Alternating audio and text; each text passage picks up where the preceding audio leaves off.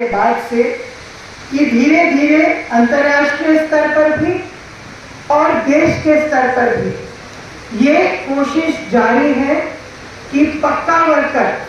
सुरक्षित वर्कर, जिसकी नौकरी सुरक्षित है, जो मानसिक रूप से सुरक्षित है कि मेरी नौकरी सुरक्षित है, जिसको एक वेतन मिलता है जो कि कुछ हद तक नियमित है, जिसके लिए वो लड़कर उसको विकसित करवा सकता है, उसके पास कुछ अधिकार है जिसको वो विकसित करवा सकता है।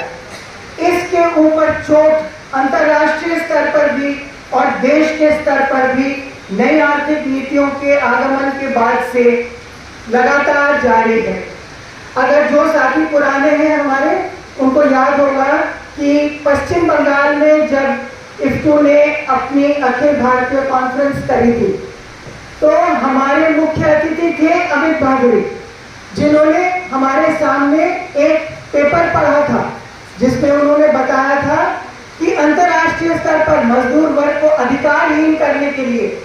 उससे उसका आत्मविश्वास छीनने के लिए किस तरह से पूरे दुनिया में कोशिश है कि वर्कर को परमानेंट से इम्परमानेंट कर दे, यानी कि स्थायी से अस्थायी कर दे, अलग अलग नामों में।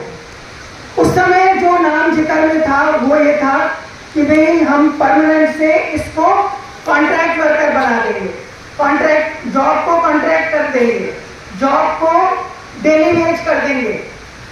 ये शब्द उस समय पर इस्तेमाल होते थे। उस समय भी इफ्टू ने कुछ पहलकदमी की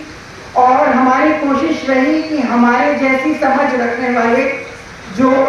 केंद्रीय ट्रेड यूनियन सेंटर्स थे, उस समय हमने कोशिश की कि उनको एक प्लेटफॉर्म पर लाकर और ठेका कर्मचारियों के सवाल पर, उस समय आउटसोर्सिंग शब्द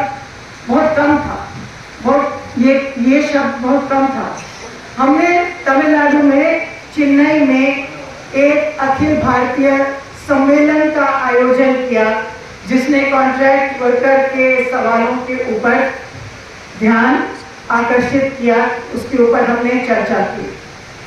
जब इफ्टू को मौका मिला अंतर्राष्ट्रीय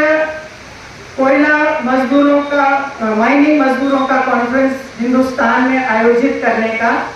तो आप तेलंगाना साथियों को याद होगा, विशेषकर जो साथी कोयला से कॉन्ट्रैक्ट साथी आए हैं उनको भी याद होगा और रामगुंडम के अन्य साथियों को भी याद होगा कि हमने उस समय अखिल भारतीय स्तर उस मौके का इस्तेमाल करके एक अखिल भारतीय स्तर पर